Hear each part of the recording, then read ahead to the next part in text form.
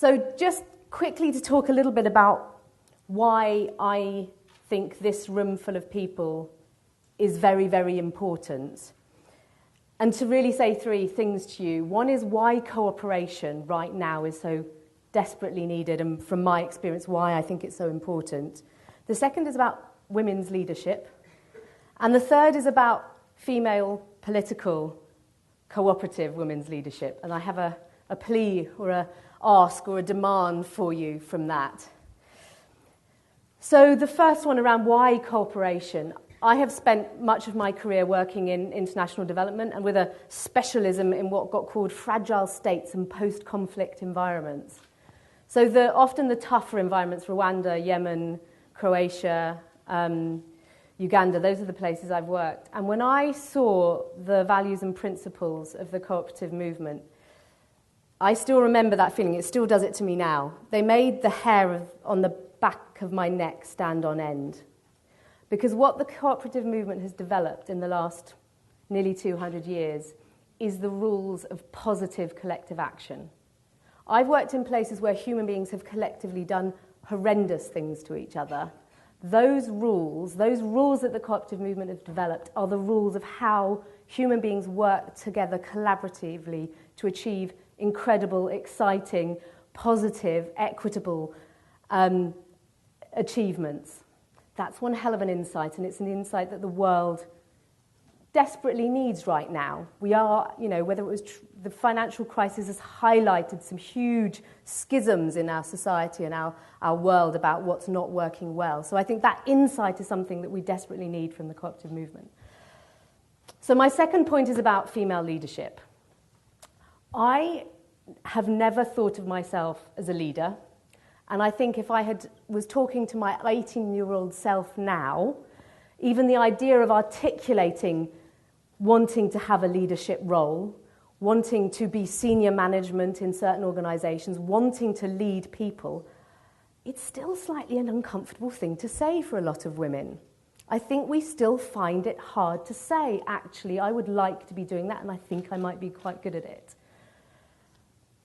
But, and McKinsey will back me up on this, we know that women's leadership has huge amounts to offer. And I think some of that, and there's research evidence again to back this up, is around the ability of women to empathize. Because leadership is really about understanding and motivating people, and being able to read and understand people is something that women are very good at. That ability to empathize, and that ability to create communities and build communities. Men can do this too, but I think women tend to be particularly good at it. Are fundamental qualities, that is natural leadership.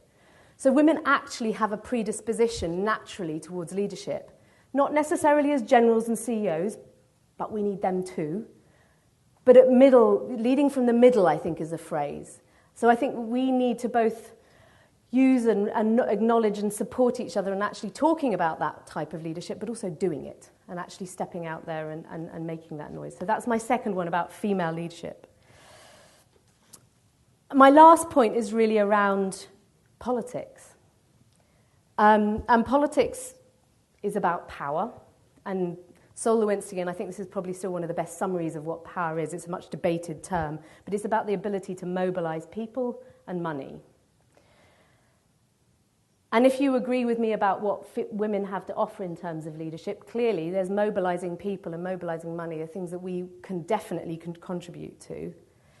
But it's about who has that power, who has that, who is being mobilized, on what grounds, on what basis. And right now, if, again, you accept my proposition about cooperation, we need the insights of women co-operators in the political realm more than ever. We need the accountability, the quality of ideas, the quality of engagement. And politics can be quite a lonely place.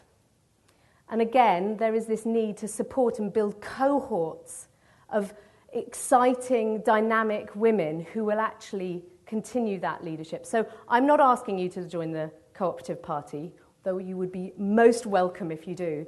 But it's about political activity, full stop, joining parties, being active in politics, and contributing your cooperative movement ideals and principles and values and your qualities as female leaders to politics, because right now the world desperately needs more female women political leaders and co-operators in there. So I'm very much hoping out of today that's one of the things we'll achieve.